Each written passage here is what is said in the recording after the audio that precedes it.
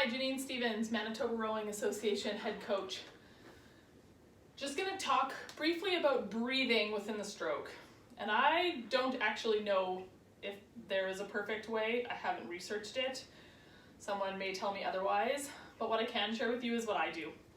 So at the lower rates, there's a lot more time on the recovery. You have a chance once you get that body set to really find that moment of relaxation. So it gives you a chance for 2 inhales on the recovery.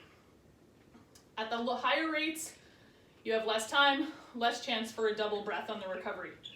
So what I do with my breathing is right before the catch, I brace myself. So I inhale and then press out into my core so my rib cage gets braced, sort of like holding your breath. If you're gonna pick up a heavy box, if a kid jumps on your stomach and you're like, oh, if you weren't expecting it, then you hadn't braced for it and it hurts a lot more.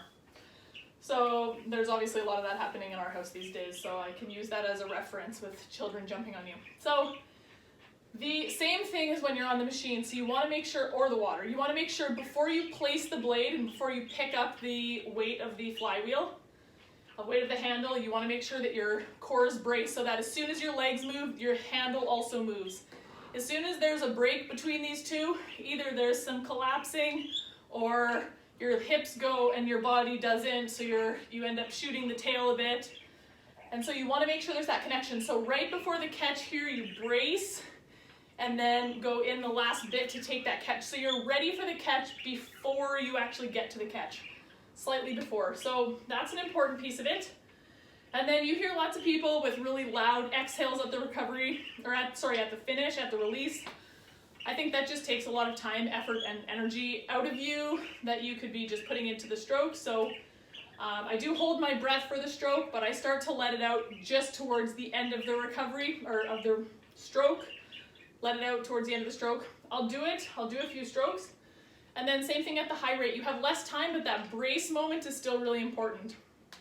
And so the inhale, exhale timing is a little bit different. So I'll try and do a bit here for you. Inhale, brace, go.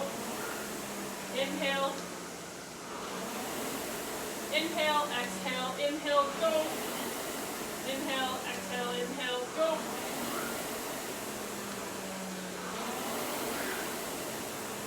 Brace. Inhale, brace.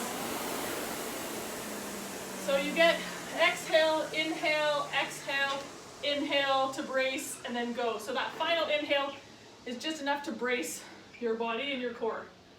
When you go up to the higher rates, you have less time. So I'll get to a 30, and it'll just be inhale, exhale, brace, go. Inhale, brace, go. Inhale, brace, go.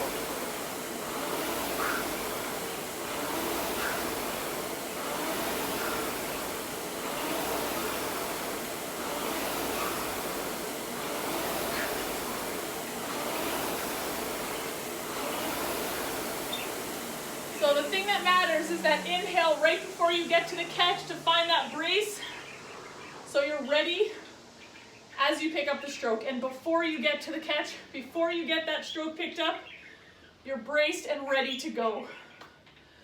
Give that a try and let me know how it feels. Good luck.